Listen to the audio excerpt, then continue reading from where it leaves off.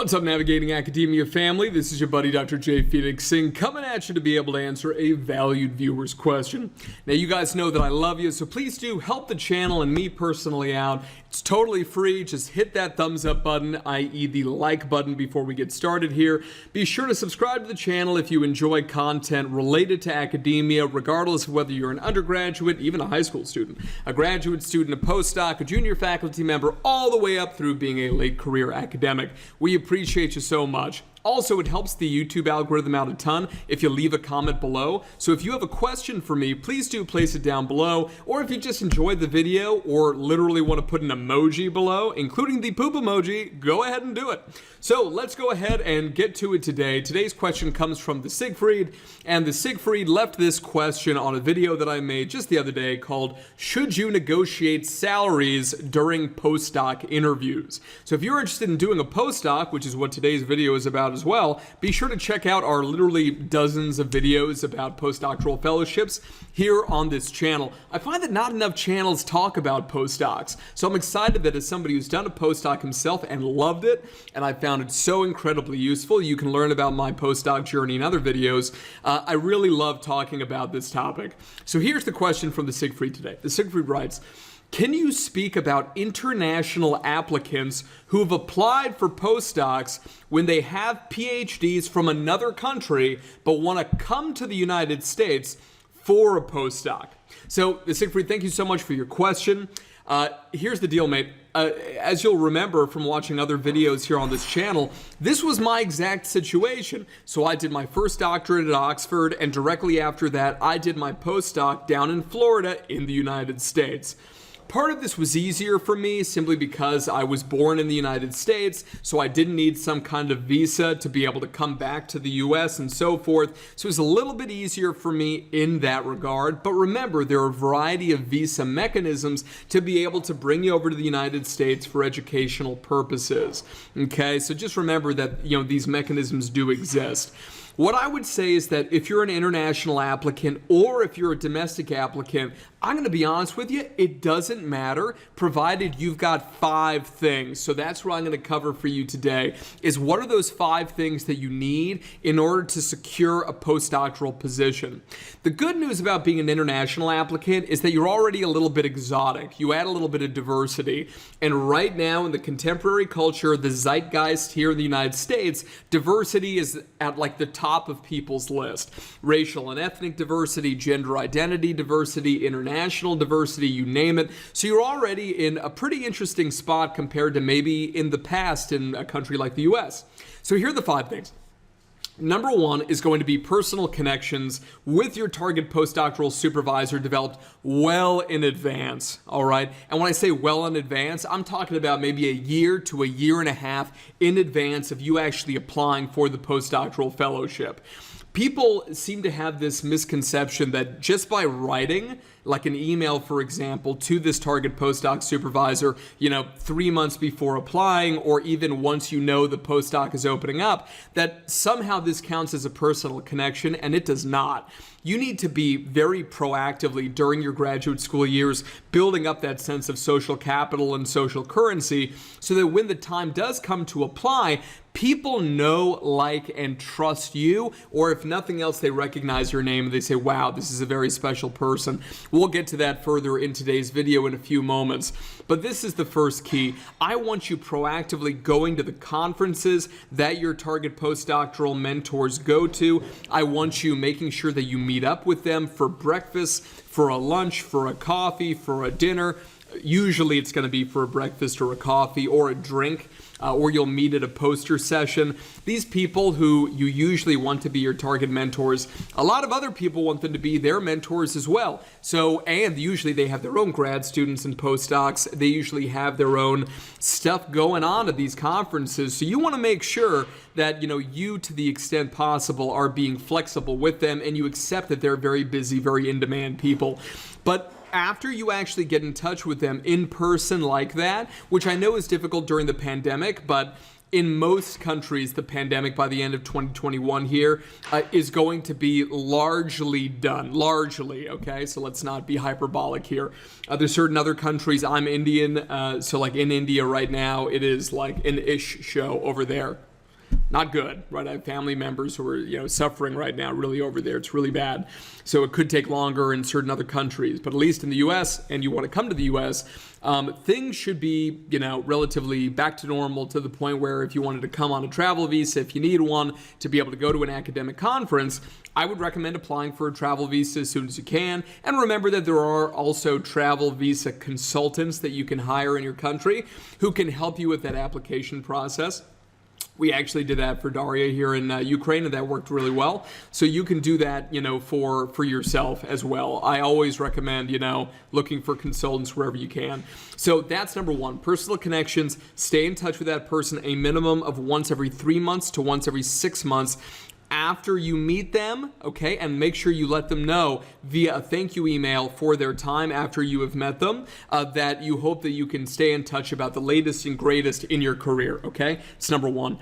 Number two is what you need to be able to get the postdoc in the US is publications as first author in a high impact journal. If you end up coming out of the postdoc with minimal personal connections and 1 to 3 publications, it's not looking that good for you. And even if you've got, let's say, 5 publications, but they're in journals that nobody's ever heard of, that don't have an impact factor, or even worse, that have some sort of a predatory journal kind of, history. If you're interested in learning about exactly how to find out what journals are predatory versus not, go to Publication Academy. So it's www.publicationacademy.com and buy that module that is all about how to be able to select a journal, the best journal for your article, and it will literally step by step take you through every way in the field right now that will help you figure out, in any field, that will, so long as it's in the sciences, exactly how to find out whether something's a predatory journal or not. So again, that's publicationacademy.com.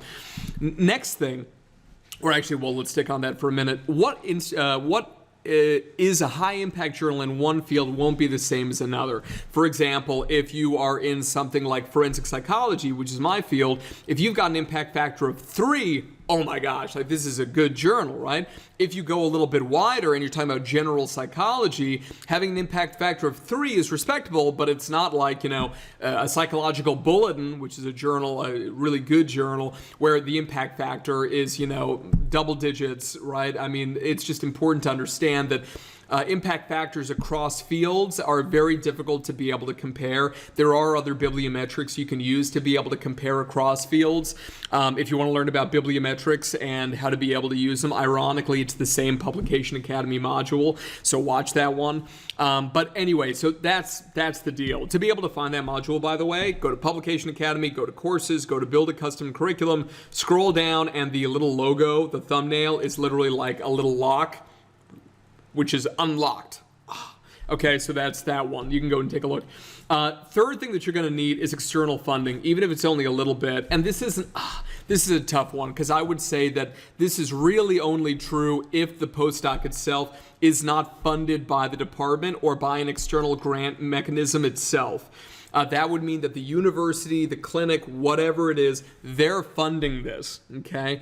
But if it's something where you have a particular mentor that you want to work with in the US and there is no formal postdoc kind of departmental money for it, if you bring external funding, this is going to kind of take care of the problem for you. If you say basically, I'm getting paid by this external mechanism and I'm willing to essentially, because of that, work for free for the department because I'm still getting a salary. It's just not from you guys in the department. It's essentially free labor for them, provided they spend their time with you, teach you skill sets, mentor you professionally, introduce you to new people, and so forth.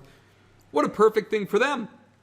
So external funding is really one of the unspoken keys to the kingdom if you can secure it. If you want to learn about how to be able to find funding, again, Publication Academy, there's a master class in there about grant seeking, which was put together by somebody at Harvard who has like many dozens of millions of dollars that she has secured over the years. She is the true master of it. So I recommend checking that module out. Next one is number 4, is having an excellent reputation as a rising star. You need to be somebody who, like I said before, that just the name is known. And the best way to do this is Publication publications and actively networking at conferences. And I'm not talking about conferences at your university. I'm not talking about conferences that are regional. I'm not even talking about conferences that are provincial or at the state level if you're in the US or Canada. I am talking about national and international conferences that have strong reputations in your field. Sadly, again, there are predatory conferences out there, but pick something that your target mentor is going to those conferences every year. Look at their CV, take a look at where they're going. That's going to give you a strong sense of what they perceive to be reputable or not. To be honest with you, it doesn't matter whether you perceive the conferences to be reputable. It matters whether the target supervisor is going there, meaning that they perceive it to be reputable. And usually people do have their favorite kind of pet conferences, okay? You need to build up that reputation. You may be somebody who's shy. When I was in grad school, I would say that I was a lot more introverted than I am now, especially at conferences and such. If you can get out there and talk to people and actively network with them, that's great, but maybe you're a natural at that. If you're not a natural, think about it like kind of dipping your toes into the water at a pool. You need to slowly but surely get comfortable with that, because yes, a lot of introverts end up in academia. I'm an ambivert, so I'm kind of both. But it's something where it will really behoove you, meaning that it will benefit you if you can develop that skill about being a little bit more outgoing. If you are kind of very quiet voiced person, I work with a lot of people like that as a mentor. It's very important that we very gently kind of guide you through this process about exactly what to say, how to say it, where to meet these people, how do you write an email to these folks. If you want help with that, just contact me, book a session via the website below, and we can one-on-one work on that together, okay? And last but not least, right, number 5 is having exceptional language skills, okay? As near native English as possible, specifically when it comes to writing. If you have phenomenal spoken English, that's great, and it's definitely a leg up over individuals who don't. But your writing skills for publications as first author need to be top notch. People, I'm just telling you, in the US, mentors do not want to teach you how to write. You already need to know how to do that. They could teach you how to write better in terms of more eloquently and all. They don't want to have to teach you how to be able to deal with these things. If you believe that your English could use a little bit of shining up, the most comprehensive training for academics on how to write academic English, not English in general, for academic publications. Again, we developed it for Publication Academy. Go to www.publicationacademy.com, go to courses, build a custom curriculum, buy that one module that is all about mastering academic English for non-native speakers. Even for people who are native English speakers like myself, I learned a tremendous amount from that module. So just imagine how much you would learn. And that's being used literally in over 20 countries right now. So anyway, super cool. So that's what I've got for you this Siegfried. Thank you so much for your question. Everybody, if you have additional questions, put them down in the comments below and I will try to make a video for you if it is sufficiently high sensitivity. If it's super high specificity though, I'll request that you book a session so that we can work one-on-one on your question. Okay guys, thanks so much. Have a great day and I'll see you in the next one. Peace.